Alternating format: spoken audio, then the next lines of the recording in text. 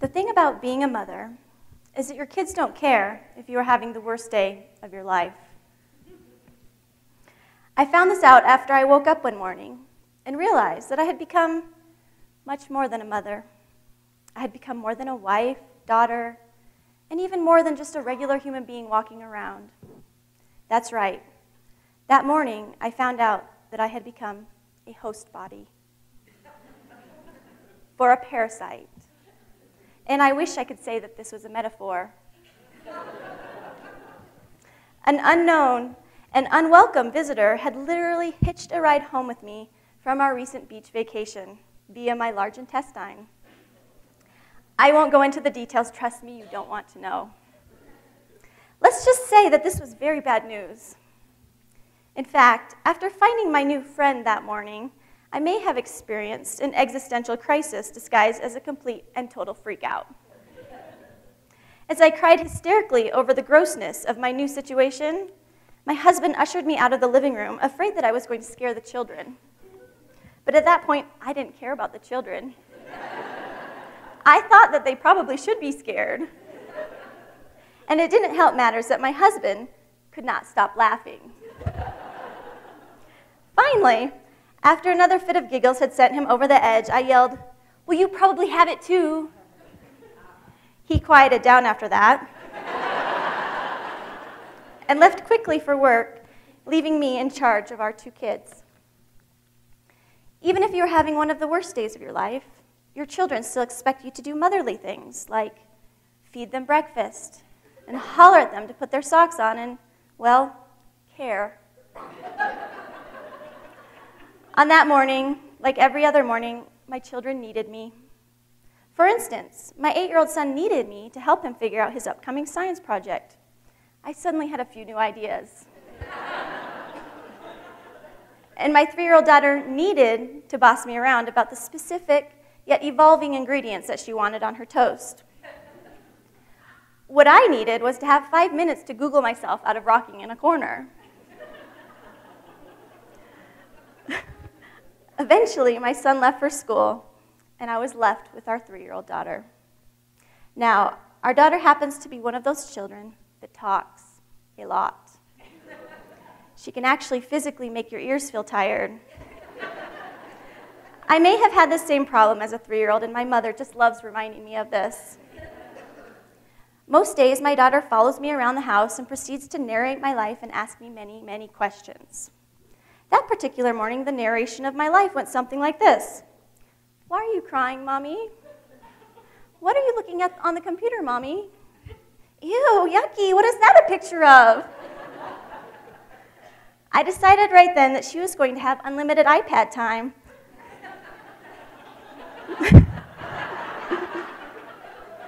For maybe the rest of her life. She was thrilled at this change in schedule, and then equally thrilled when lunch came around and I possibly let her eat whatever she could reach in the refrigerator. I don't really remember what happened that day, since I was completely engrossed with reading the life cycles of various parasites and taking hot showers in an attempt to make myself feel clean again. After an eternity, otherwise known as the 5 hours until my doctor's appointment, my daughter and I sat down in our small town doctor's waiting room. My daughter held the iPad.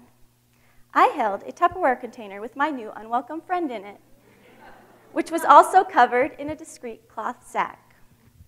I can tell you now that if you are sitting in a doctor's office with a parasite in a Tupperware container, which is also covered with a cloth sack, you will see 5 people whom you know. And who will ask you why you are at the doctor's office. It's true, this will happen. Finally, the doctor called me back to his exam room, and then the universe had one last laugh on my behalf, because that was when the iPad battery died. I began to look around to see if someone was playing a joke on me at that point, because that seriously could not be happening. My daughter and I began to walk hand in hand back to the exam room, and I bent down to her, saying to her sweetly, pleadingly, "Okay, honey, I need you to be really quiet in here while I talk to the doctor. Do you understand?" Children can sense weakness.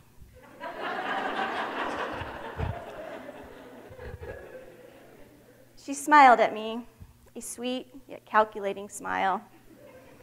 I could hear her think, game on.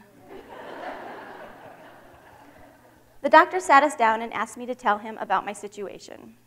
Right then, in the exam room, I realized that all the tension of my day was going to come out of me. I suddenly became caught in that embarrassing place between sobbing and laughing. It was not my best moment.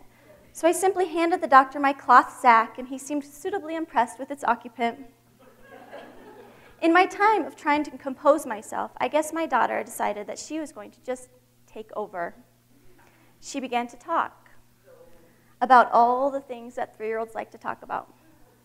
Mommy cried a lot today. I watched movies all day. Mama let me eat peanut butter cups for lunch. Along with talking, she began to continuously circle my body as I sat uncomfortably on the exam table. And she also became completely immune to every parenting technique I could come up with. Sweetie, please sit down in the chair. Look at that fun, spinny chair. Honey, remember you can get a treat if you're quiet. Okay, please stop climbing on me. She didn't care. She was fueled with a questionable lunch and unlimited iPad time. And she knew who was in charge of the situation. I smiled apologetically at the doctor. He said, she's fine. And then he patted my knee kindly. And you're going to be just fine too. This whole thing is just life. I said, thank you, but this was just a little more life than I had planned on today. As we walked outside, my cloth sack now only clanging with stool sample containers and my salvation written out on a simple 3-pill prescription, my sweet, precocious daughter began to tug on my hand, quietly but insistently. I just kept walking. The only thing I wanted to do was dodge everyone I knew and get home. But she started getting more frantic, tugging, pulling on my arm, and saying, Mama, Mama, wait. Exasperated, I leaned down. What, honey? What is it now? She stared deep in my eyes. She looked very concerned. I could feel her compassion. Finally, she was trying to empathize with me and with my terrible day. She leaned very close to me, and then she whispered in my ear, Mama, you forgot the worm.